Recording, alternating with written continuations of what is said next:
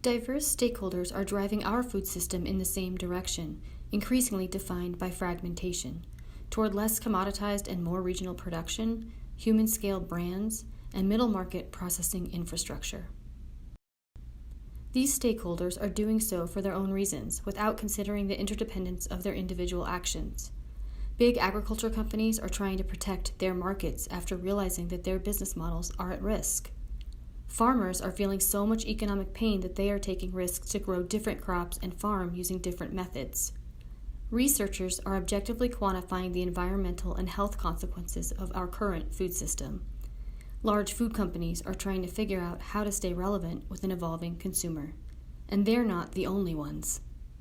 Consumers are gaining control of this change, and many of the other stakeholders are working in response, either reactively or proactively, to address the corresponding risks and opportunities. The consumer is going through an unconscious, structural shift in their relationship with food. The attributes that consumers value today increasingly resemble those that we valued before the food system was industrialized. It's not about local or organic, but rather transparency, traceability, authenticity, and connection. Prior to the industrialization of our food system, consumers had a connection to their source of their food, either the producer, the person or company creating a value-added product, or their grocer, whom they relied on to vet their food choices. As the food system industrialized, consumers were so enamored with attributes such as price, packaging, and convenience, while being marketed to in ways they had never experienced, that they handed over this ownership of their relationship with food to large companies that told them that they should buy based on who they wanted to become. National mass-market brands emerged as the trusted food purveyors, trustworthy mainly because of their ubiquity.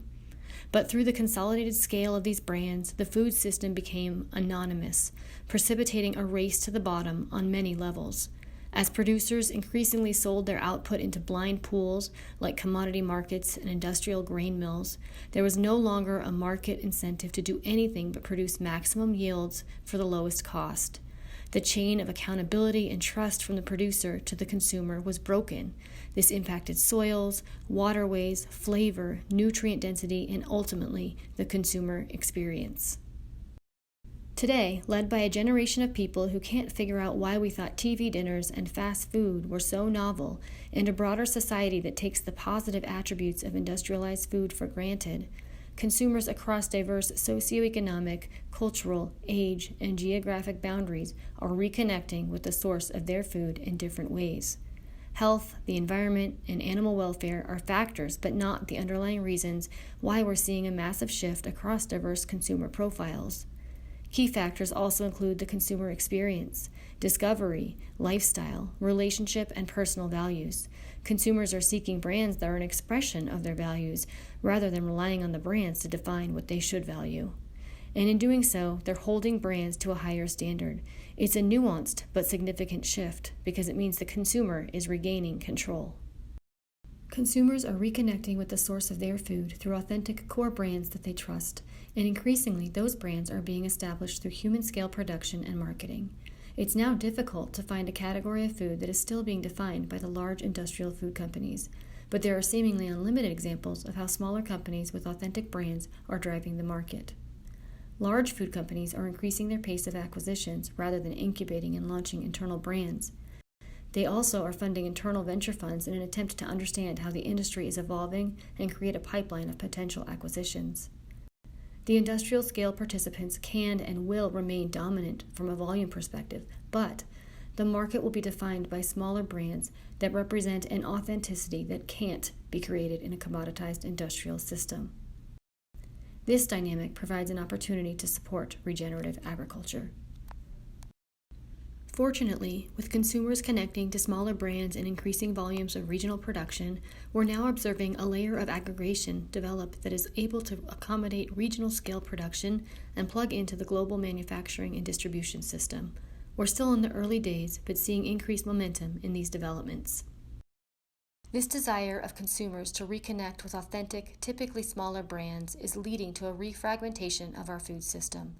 But despite overwhelming consumer demand for the products of small and mid-sized producers, our industrial food system doesn't currently provide most farmers, ranchers, and food entrepreneurs with supply chain infrastructure and services that are scaled to the size of their production.